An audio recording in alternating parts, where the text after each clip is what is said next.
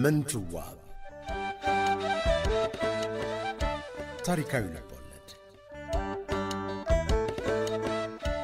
ደራሲ ሕይወት ተፈራ ተራኪዎች መሰረት አሰፋና ጅላሉ አወል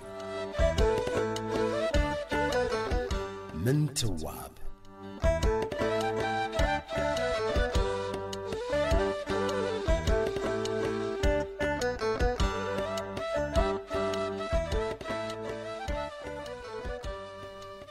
ወለተ ጊዮርጊስ እንደ ልማዷ ደጅደጁን ታያለች።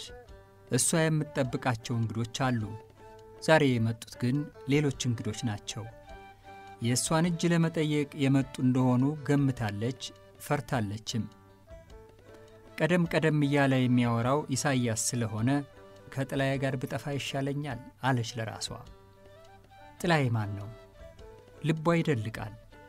እንግዶቹ የመጡበትን ከመናገር ይልቅ እንደ ቤተኛ ተጫውተው ስጦታ ማበርከት ሲጀምሩ ወለተ ጊዮርጊስ ይበልጡኑ ትግስቷ ተሟጠጠ።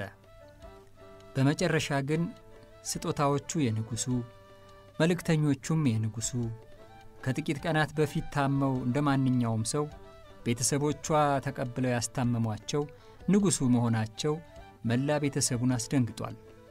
ወለተ ጊዮርጊስ ያስታመመቻቸውን የተንከባከበቻቸውን ሰው ለማስታወስ እየሞከረች ነው።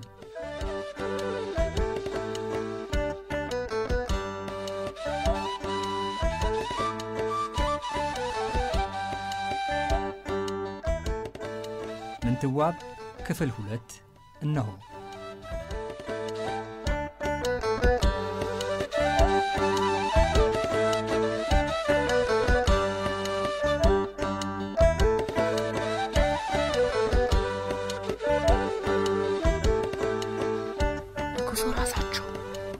እዚህ መደብ ላይ ተኝተው የነበሩት እኛ ፊታቸውን ሳጥብ አጥሚት እየሰራው ሳጠጣ እጃቸውን ሳስታጥባቸው የነበሩት እንዴት ብሎ ንጉሱ ራሳቸው ጉድ የዛሬውስ ቀን ምን ያለው ጉድ ይዞ መጣ እናንተዬ አለች። መጋረጃውን ለቃ ራሷን በሁለት እጆቿ ይዛ ጥቂት ቆይታ መጋረጃውን እንደገና አጋጥማ ይዛ ወደ እንግዶቹ ተመለሰች። ያወጋሉ የሚሉትን ለመስማት ሞከረች። ሐሳቧ ግን አልሰበሰባለ። ከጥቂት ሳምንታት በፊት ህመምተኛ የነበሩት ያሁኑ ንጉስ ፊቷ ላይ ድቅን እያሉ አስቸግሯት መላ ቤተሰቡ ንጉስ መሆናቸውን እንዴት ሳያውቅ ሳይጠረጥር እንደቀረ ገረማት። ነገሩን በቅጡ ለመመርመር ሐሳቧ ወደ ኋላ ነጎደ።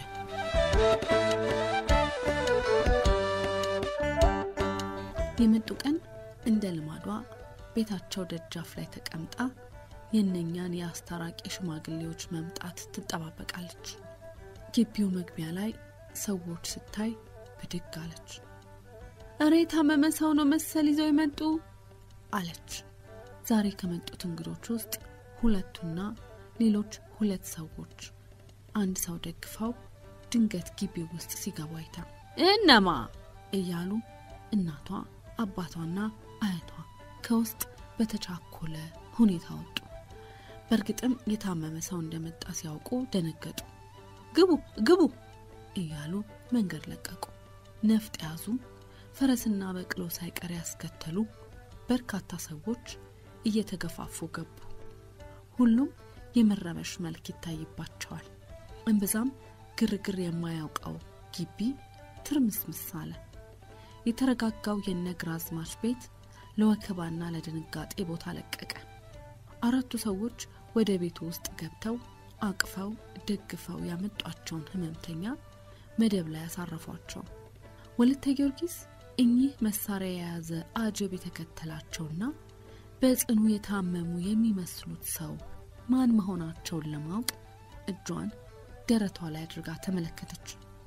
ግንባሯ ኩምትር፣ አፏ ከፈት ብሏል። እናቷ ወለቴ እስኪ ውሃ ሲሏት በፍጥነት ወጣ በቅምጫና አምጥታ አቀበለቻቸው። ያን ሰዓት ዙሪያውን በቆሙት ሰዎች መሃል ባለንቅሳት አንገቷን ሰገግ አድርጋ ህመምተኛውን አየች። በጽኑ እንደታመሙ አስተዋለች። ይቃዣሉ፣ ይቃትታሉ፣ ይወራጫሉ። ብርክ እንደያዘው ይንዘፈዘፋሉ። ሮጥ ብላ ከመጋረጃው ጀርባ ቡልኮ አምጥታ ደረበችላቸው። ሰውየው የመጣላቸውን ውሃ መጠጣት ቀርቶ አይናቸውን መግለጥም ሆነ አፋቸውን መክፈት አልቻሉ። ግራዝማች መንበር ተደናጠው ምን ሆነው ነው? ህመማቸው ምንድር ነው? እያሉ ከወተወቱ በኋላ አንደኛው እንግዳ ንዳድ ሳትሆን አትቀርም። ቆላ ሲወርዱ ነድፋቸው ፊት ታመው ያውቃሉ። እናንተ ዘንድ ይዘን መጣን በማለት መልስ ሰጡ። ንጉሠ ነገሥቱን ይዘው ማንም ሰው ቤት ስለማይገቡ ቋራ ውስጥ የታወቁት ባላባት ቤት የትኛው እንደሆነ ጠይቀው የመጡ መሆኑን ሳይናገሩ ግራዝማችም አረ ደግ አረጋችሁ፣ ስንኳን መጣችሁ፣ ቤቴ አብርሃም አይዶል ብለው አደግድጎ የቆመውን አሳላፊ እስቲ ሄድና ያንን በሬሁንን ተሎ ይዘህና አሉት። መድኃኒተኛው በሬሁን ከመቅጽበት መጥቶ አንድ እጁን ህመምተኛው ግንባር ላይ አስቀምጦ ራሱን ነቀነቀ። ጉንጫቸውን ዳበስ፣ እጆቻቸውን ጨበጥ አድርጎ መልሶ እጁን ግንባራቸው ላይ አሳረፈና ንዳድ ነች አለ። ተሎ በልና መድኃኒት አርግላቸው አሉ አንደኛው እንግዳ። በሬሁን ለሰውየው መልስ ሳይሰጥ በቅምጫና ተቀምጦ የነበረውን ውሃ ደጅ ወጣ ብሎ ቀነሰለት። ይዞት ከመጣው ከረጢት ውስጥ የደቀቀ ቅጠል መሳይ ነገር ቆንጠር አድርጎ በውሃው በጠበጠና በርከክ ብሎ የህመምተኛውን ጭንቅላት በአንድ እጁ ቀና አድርጎ በመዳፉ ጋታቸውና ቆሞ ተመለከታቸው። ይህ ሁሉ ሲሆን ሰውየው አይናቸውን አልከፈቱ። አንገታቸው ወደ አንድ ወገን ዘንበል ብሎ ተኝተዋል። የሚሆነውን ሁሉ የሚያውቁ አይመስሉ። በሬሁን ሁሉም አልገባም፣ መድኃኒቱ ተጨምረላቸው። ግራዝማች መንበር ከሰውየው አፍ ቀስ እያለ የሚንጠባጠበውን ፈሳሽ እያዩ በሬሁን ግድ የለም የገባው ይበቃል ሲል ሰውየው አስመለሳቸው። ወለተ ጊዮርጊስ ፈጠን ብላ ንጹህ ጨርቅና ውሃ አምጥታ የሰውየውን አፍ ጠራረገችላቸው። አካባቢውንም አጸዳች። መድኃኒቱ ወጥቷል፣ እንደገና አርግላቸው አሉ ግራዝማች በሬሁንን። ትንሽ ይርጋላቸውና አረግላቸዋለሁ። መድኃኒቱን እንደገና ግቷቸው በርከክ ብሎ ተጠባበቀ። ሰውየው አላስመለሳቸውም። ይረጋላቸዋል፣ እንቅልፍ አገኙ ምንም አይላቸው። ራስ ምታትም ስለሚኖራቸው ራሳቸውን ደገፍ ማረግበት ጨርቅ ብጤ ብትሰጡኝ ብሎ እንኮዬን ቀና ብለው አያቸው። ወለተ ጊዮርጊስ የአንገት ልብሷን ከትከሻዋ ላይ መንጭቃ ይኸው አንተ አንገታቸውን ቀና አድርግልኝ፣ እኔ ራሳቸው ላይ ልሰርላቸው። አንገታቸውን ቀና ሲያደርግላት አንገት ልብሱን ጠበቅ አድርጋ አሰረችላቸው። እንግዶቹ በቅልጥፍናዋ ተገርመው በአንድ ቃል ተባረኪ አሏት። በሬሁን ሀባሰባቸው ጥሩኝ፣ ኋላ ተመልሼ እመጣለሁ ብሎ እጅ ነስቶ ከግቢ ወጣ። ሰውየው እንቅልፍ ሲጥላቸው እንግዶቹ ምግብ ቀረበላቸው።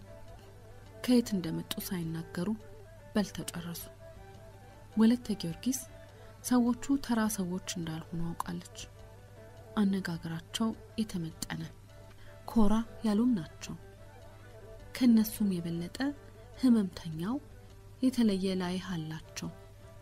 ወጣት ቢሆኑ ሰዎቹ የሚያሳዩአቸው ክብር ተራ ሰው እንዳልሆኑ ይናገራል። የጋሻ ጃግሬዎች፣ የሙስሊም ነፍጠኞችና ሰይፈ ጃግሬዎች ብዛት ብቻ ሳይሆን የያዙት ነፍጥ፣ ቀስትና ጦር ቁጥር ቀላል አልነበረም።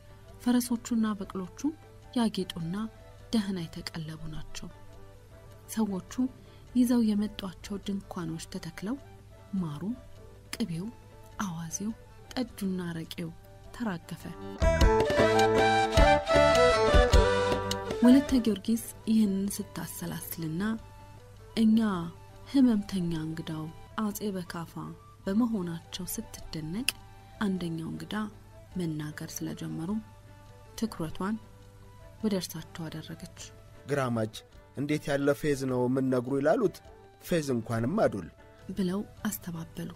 ቀጥለው ጃኑ ሆይ አንዳንዴ ሰዋቸው እንዴት እንደሚኖር እየተዘዋወሩ ያሉ አደንም ይወዳሉ።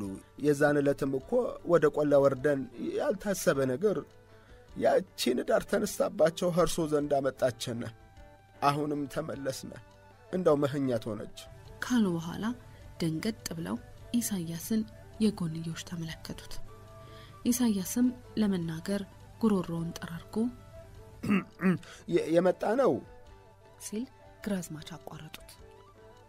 አራስ እንኳን መጣችሁ። ብቻ እንዳውሳቸው መሆናቸውን ሳናውቅ ድንገት ሆኖብን እንደ ነገሩ ነበር። ለንጉሥ የሚገባም አላደረግንም አሉ።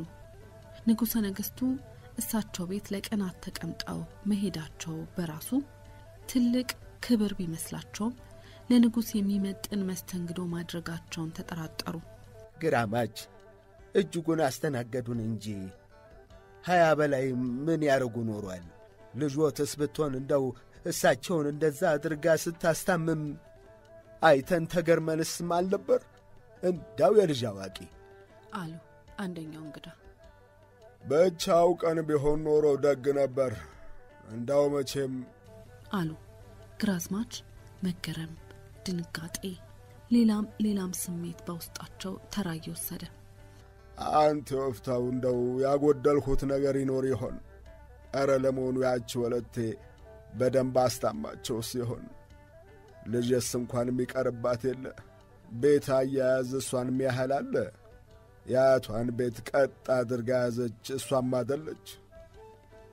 እንዳው ማስታመሙን ለሷው ነበር የተውነው ብዬ ቢጨንቀኝ ነው እንጂ ብለው ወደ መጋረጃው ሰረቅ አድርገው ተመለከቱ። ያ በላይ እንዴት አድርጌ ላስታመም ኖሯል? ደግሞ እንደ ነገሩ ቢሆንም መቼም ቤት ያፈራው አንድም አልቀረ እንዴ። ያንን ሁሉ አጀብ ለስንት ቀን ተቀበልነ። ሀያ ወዲያ ምን ልናረግ ኖሯል? አባባ እንደው አለቅጥ ለሰው መጨነቅ ያበዛሉ አለች ወለተ ጊዮርጊስ። የሰማቻቸውን ያህል ትግስቷ አለቀ። እንግዶቹን አንድ በአንድ ተመለከተቻቸው። ይልቅስ የመጣችሁበትን ጉዳይ ተናገሩ አለች።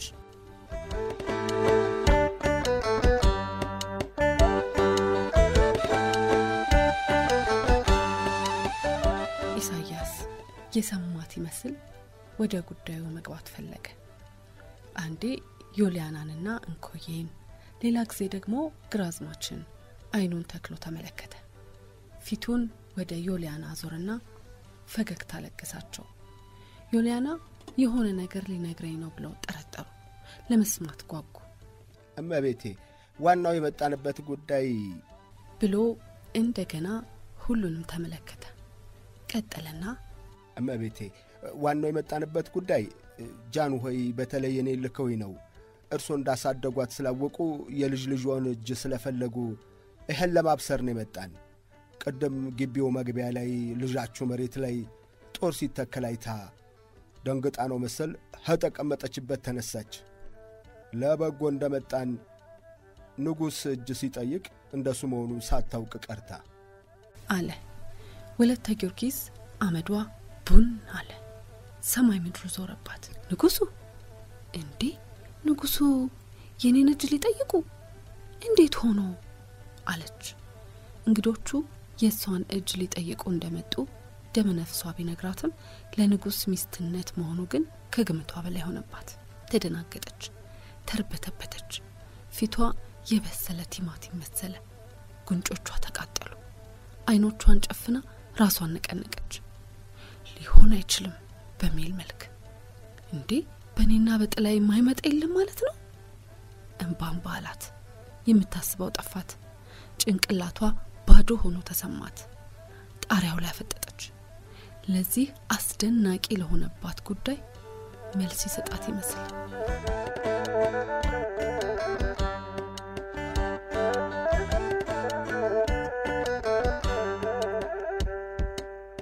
አያቷም በሰሙት ነገር ቢደናገጡ ስሜታቸውን ሰብሰብ አድርገው እኔ ላሳድጋት እንጂ የወለዱ እኮ እነሱ ናቸው አሉ።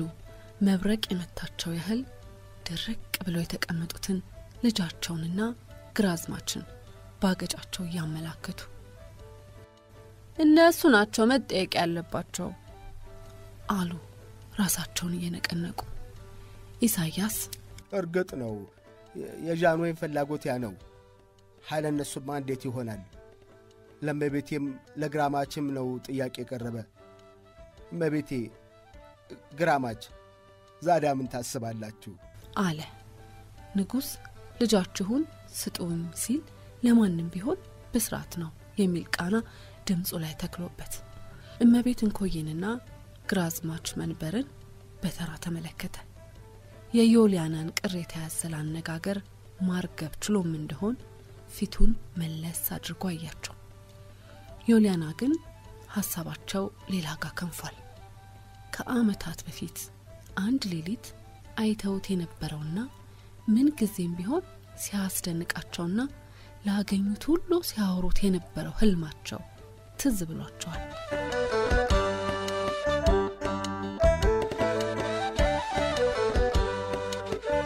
ያን ሌሊት እንደ ወትሯቸው ጸሎት አድርሰው ከተኙ በኋላ ፀሐይ ቤታቸው ሰተት ብላ ገብታ ተጎናጽፈው ተኝተዋዩ። ከእንቅልፋቸው ብንን ብለው ነቅተው ተቀመጡ። ባዩት ህልም ተደነቁ። ፀሐይ ቤቴ ገባችሁ አለ ነገርም አዶል። ፀሐይ መሪ ነው፣ ብርሃን ነው ይላሉ። አገር ብርሃን ትሆናለች ማለት ነው። ግን እንዴት አሉ ለራሳቸው። የህልማቸውን ትርጉም ለማወቅ ተመራመሩ። መቼም ዓለምህኛት እንዲህ ያለ ህልም አላሳየኝም። አንድ ነገር ቢኖር ነው።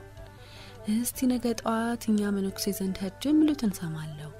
አይ የነንኮይ አባት በኖሩ እዛቸው እኮ እኔ የተሻለ ህልም መፍታት ይችላሉ እያሉ ሲገላበጡ አደሩ። እንቅልፍ ባይጠግቡም ማለዳ ከመኝታቸው ተነሱ። ውዳሴ ማርያማቸውንና ዳዊታቸውን ደግመው መነኩሴው ጋር ለመሄድ ሲዘገጃጁ የደስደስ ስሜት አቀበጣበጣቸው። ቁርስ ላደርግ ሳይሉ አሽከር አስከትለው ወጡ።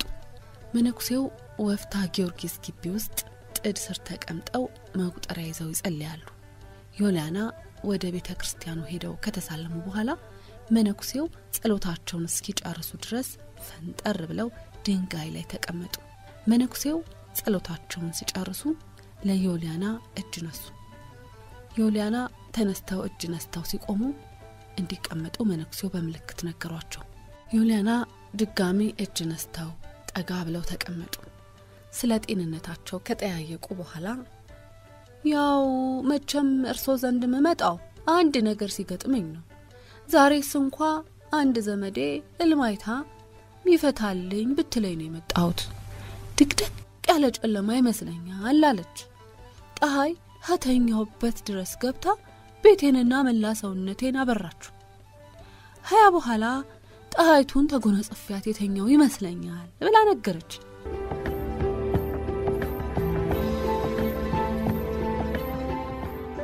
ምንትዋብ ታሪካዊ ልቦለድ ክፍል 3 ነገ ይቀጥላል። አድማጮቻችን ስላደመጣችሁን እናመሰግናለን።